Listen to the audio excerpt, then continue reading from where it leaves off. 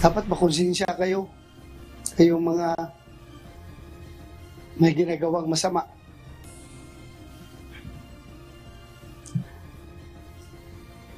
Bugbog na yung ating organisasyon, yung ating institusyon. Maawa naman kayo.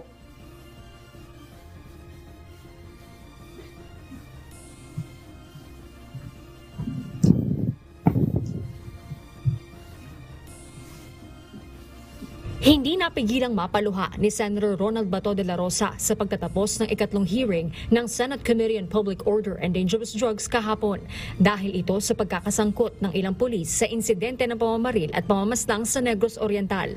Ayon sa senador na dating PNP chief, naaawa na raw siya sa pambansang pulisya dahil sa mga tiwaling pulis na sumisira sa imahe ng institusyon. Kahit na gaano kabugbog, still, the institution remains. At sana, sa pag-iwan ninyo sa PNP, tingnan nyo.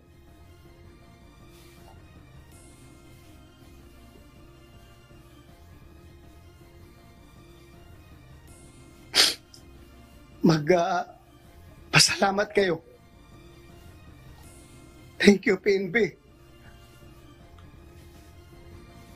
Bago nito, idinitene sa Senado si Police Staff Sergeant Noel Alabata matapos ma-cite in contempt. Si Alabata ang itinuturong nasa likod ng pamamaril noong 2021 sa dalawang negosyante sa Dumaguete na sina Anthony Ong at Sandy Tinungha na parehong nakaligtas sa insidente.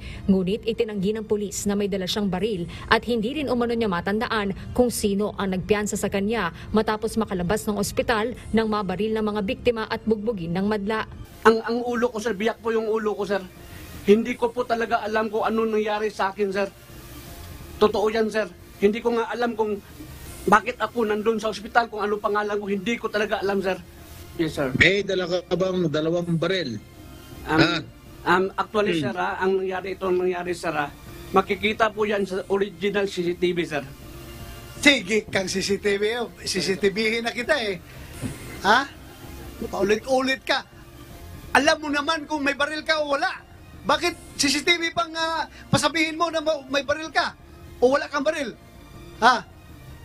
Ito kasi, sir. Alam mo kung may dala ka o hindi. Klarong nagsinungaling ka.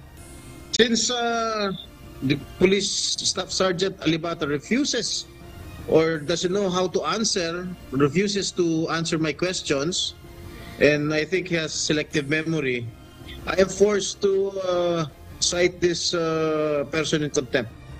Sa pagdinig noong Martes, sinabi ng mga biktima na konektado umano ang pulis kay Negros Oriental 3rd District Representative Arnie Teves. May nagsabi doon na ang nagpabaril sa amin is si Governor daw. Si Gobernur? Oo. So, Anong Gobernur? Digamo. Gobernur Digamo? Yes, sir. Sino nagsabi? Parang pumunta lang doon sa sa scene doon sa police station. Kaya, sir, pumunta kami ng abogado na si Attorney Di Palubos. Si Attorney Di Palubos po is Province Legal Counsel po ni Sir Henry Teves. Siya yung nagsabi sa amin kung saan kami pupunta, kahit saan, Davao, lahat, patayin kami lahat. Pamilya ko, pamilya niya, tatay ko, pamilya namin lahat. Sino papatay sa inyo? Kasi yung gunman po is police na si Noel Alabata. Ang hawak ni Noel Alabata po is si Colonel Tolentino po. Tapos ito si Colonel Tolentino po is tauhan po to ni Arnie Teves po. Kaya yun, natakot kami. Mensahe ngayon ni Senator Bato sa mga pulis. Just trust the process. Mas marami pa rin pulis na matino. Kung kunti lang yan, siraulong pulis. Kaya isa yun sa kinakasama ng loob ko. Kasi ako kasama ko sa matino na pulis. Samantala, bago matapos ang pagdinig, isiniwalat ni Senator De La Rosa na tumawag umano sa kanya si dating Pangulong Rodrigo Duterte at ikinuwento ang sumbong ng umano'y panggigipit ng mga Teves sa isang malaking negosyante. Kwento ng senador, wala raw magawa noon ang dating Pangulo dahil mayor pa lamang ito na magsumbong ang mga negosyante. At nang maging presidente, nabili na raw ang lupa kaya wala na rin umanong ginawa si dating Pangulong Duterte. Pumunta sa kanya at nagreklamo tungkol doon sa lupa na kanilang nabili doon sa